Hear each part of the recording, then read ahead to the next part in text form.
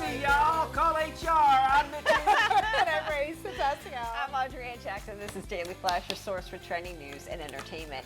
Have you guys been following the story about the guy who died in the chokehold in New York City? Yes, and the yes. Marine, On the subway system, and the Marine who was stepping in to help somebody because this guy was attacking that person. Right. He's been known to attack people. He punched out an old lady on the street. She lost an eye. He's been extremely violent for a number of years. He was on the MTA's list of the most violent passengers to avoid. So the Marine stepped in when this guy was threatening another passenger, put him in a chokehold. Well, the guy has since died, right? Now New York City, Alvin Bragg, the DA, is charging the Marine with second-degree manslaughter. Yeah. Now there is a $2 million defense fund for this Marine. Good. Yeah. You know, because what this does, I mean, we need to hear the facts, and that's what some people say. You need to go to court so you can get the facts out, so you can make that decision, that sort of thing. But what it also does is it now it scares people from course it does. Stepping up to And help. what if we're always talking like we need as a society need to be looking out for each other. Don't and just I hate turn the hearing other that. way, yeah. But I am glad $2 million, and maybe he'll come out and say, you know what, this Marine did the right thing.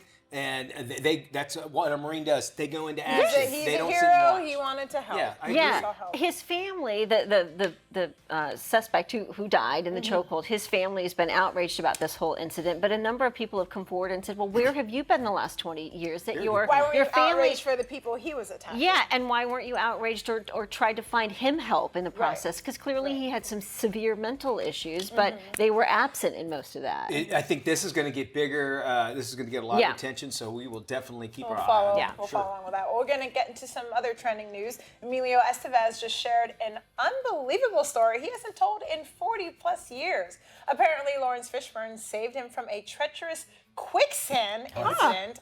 The daring adventure took place in the Philippines on the set of The Apocalypse Now.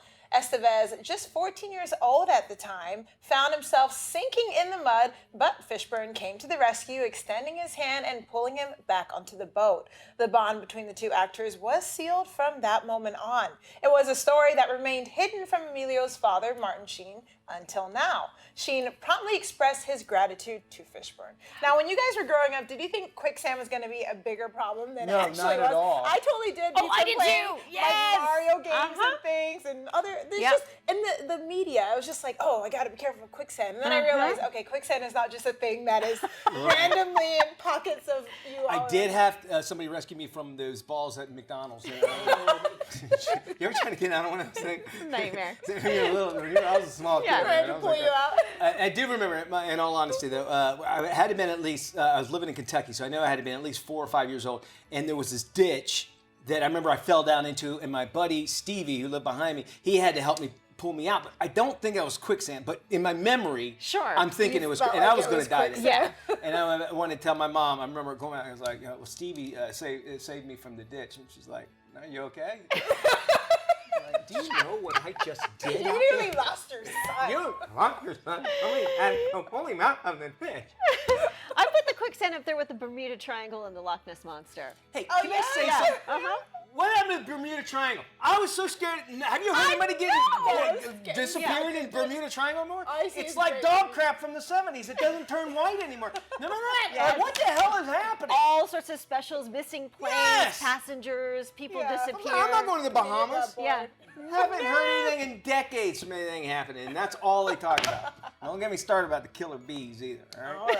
Let's go to the land of 10,000 lakes, Minnesota. They have just made a huge announcement there, and of course, we all know it's the home of Prince, the purple pop star. Well, they dedicated a road to the late singer. Here it is. Governor Walz, he wore his raspberry beret, signed a bill, renamed 7 miles of the highway Prince Roger Nelson Memorial Highway. Purple ink flowed. He exclaimed, "This is the coolest bill signing we'll ever do." Now, everybody can actually drive down the highway of purple dreams if either of ever wanted to do something like that, if you ever wanted to have anything dedicated to.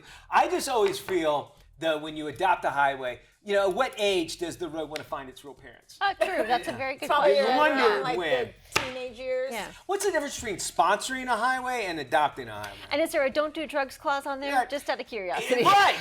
And then why do we need signs that say no dumping or no littering? Like, Because people are idiots and they'll do that. But is there a place I can litter? I don't see a sign.